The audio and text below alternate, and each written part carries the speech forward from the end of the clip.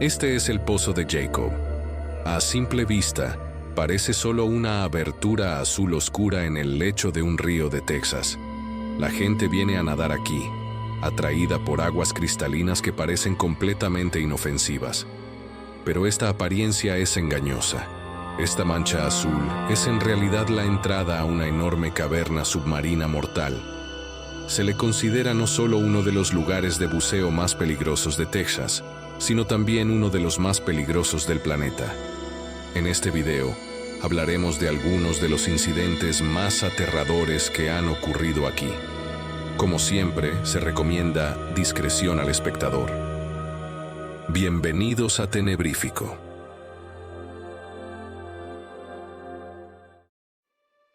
La historia nos transporta a mediados de la década de 1850, cuando un colono recién llegado caminaba junto a un arroyo en Texas, entre San Antonio y Austin.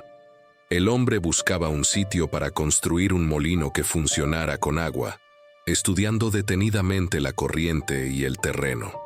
Mientras avanzaba, notó una zona donde el agua se movía de manera diferente, mucho más turbulenta que el resto del arroyo.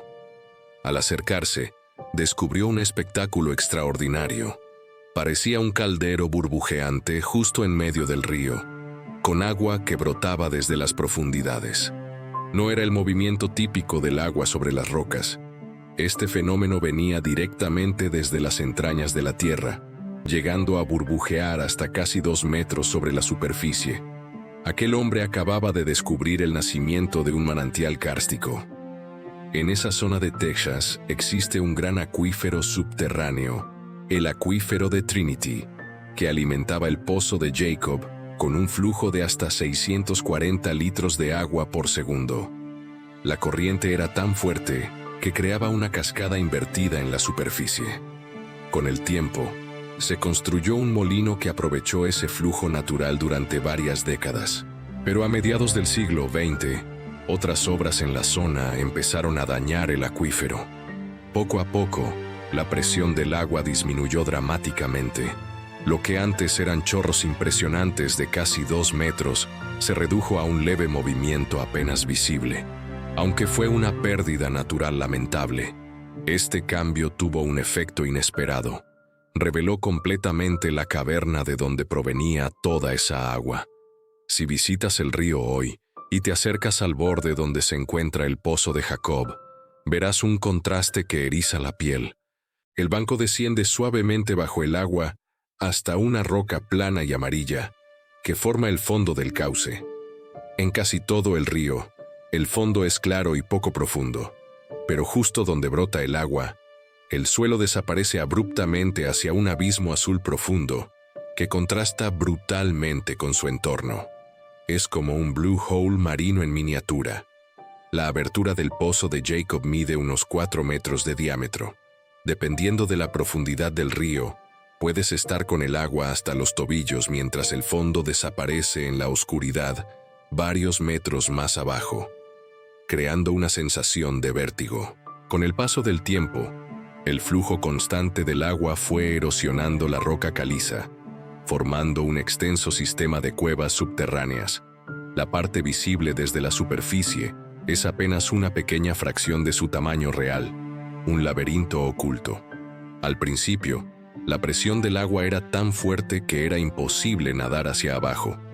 Pero cuando la corriente se debilitó, los buzos comenzaron a descender para explorar este agujero azul de agua dulce, atraídos por el misterio.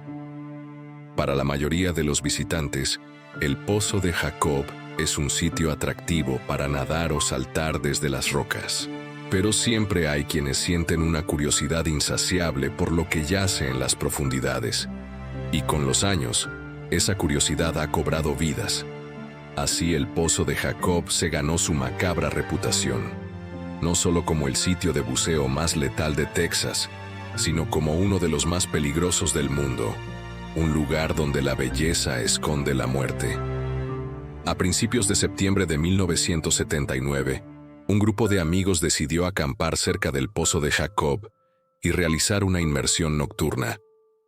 Su razonamiento era simple: Como planeaban explorar la cueva, no importaba si era de día o de noche. Cerca de la medianoche, el grupo entró al agua y descendió hasta el fondo de la primera cámara, a unos 7 metros de profundidad. Entre ellos estaban 2 amigos, Kent y Mark, ambos buzos con experiencia que ya habían explorado el pozo antes. Durante mucho tiempo, Kent había estado obsesionado con saber qué tan profundo llegaba realmente la cueva.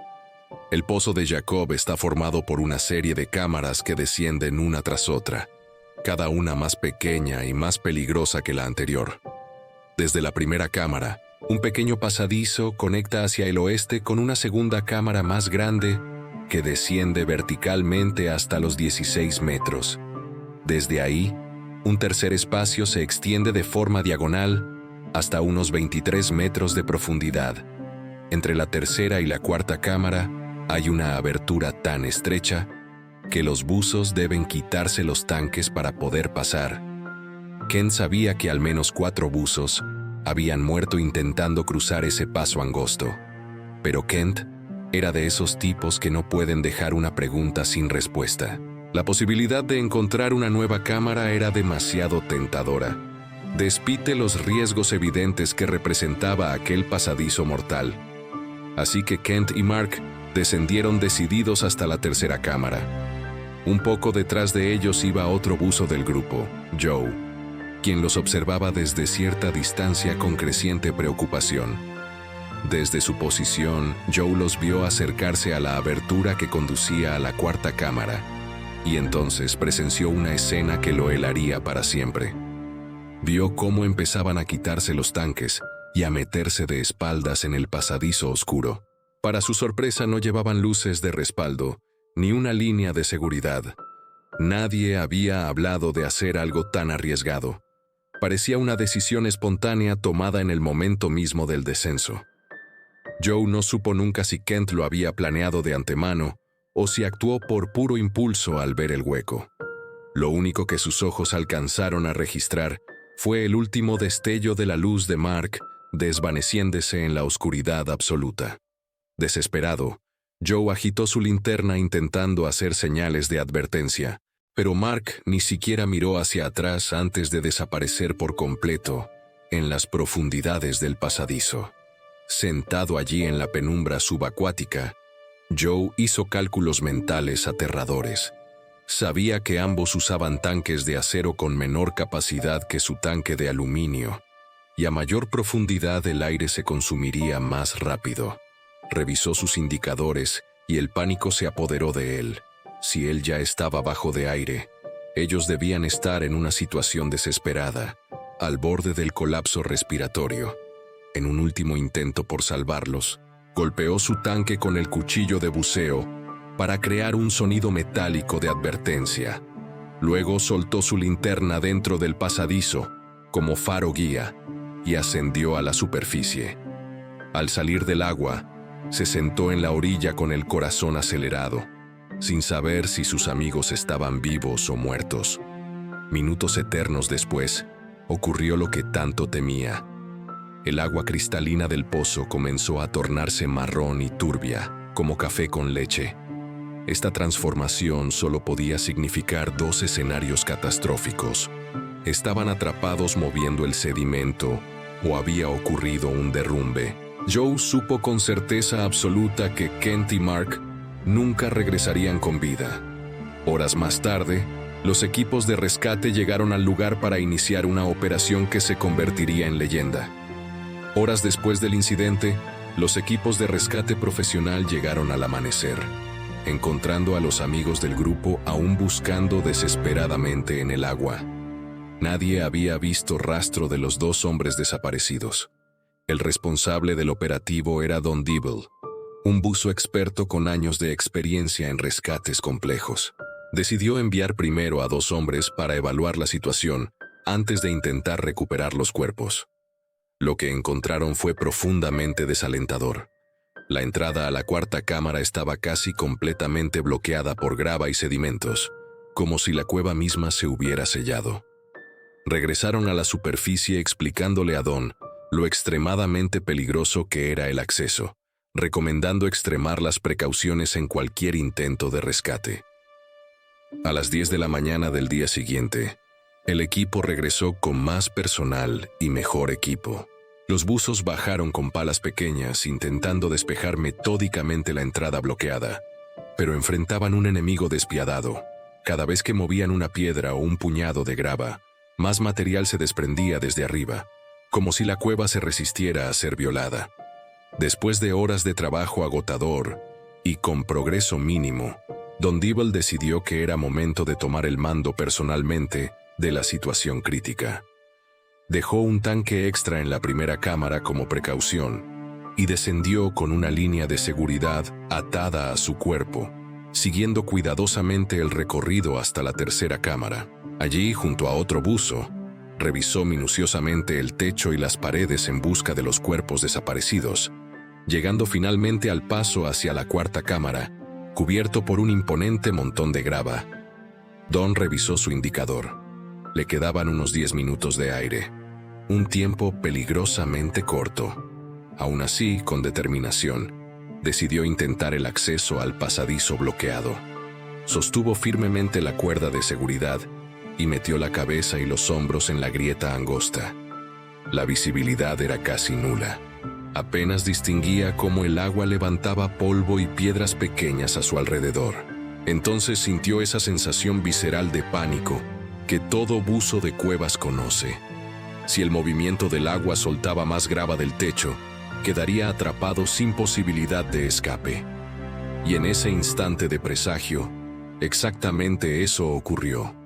Una avalancha submarina de grava y piedras se desprendió, inmovilizando su torso y brazos por completo en una trampa de roca. El agua se llenó instantáneamente de sedimento, creando una sopa impenetrable donde no podía ver ni moverse, atrapado en la más absoluta oscuridad y silencio. Don mantuvo la calma con esfuerzo sobrehumano, pero sentía su respiración acelerarse peligrosamente mientras forcejeaba contra la roca, gastando su preciado aire con cada intento fútil. Hasta que llegó el momento crítico. De repente, al inhalar profundamente, no entró nada en sus pulmones. Tiró otra vez del regulador con desesperación y solo sintió el sabor amargo del agua entrando en su boca. El pánico primitivo se apoderó de él por completo. Su cuerpo se tensó como un resorte y empezó a sacudirse con fuerza bruta e instintiva contra su prisión de piedra.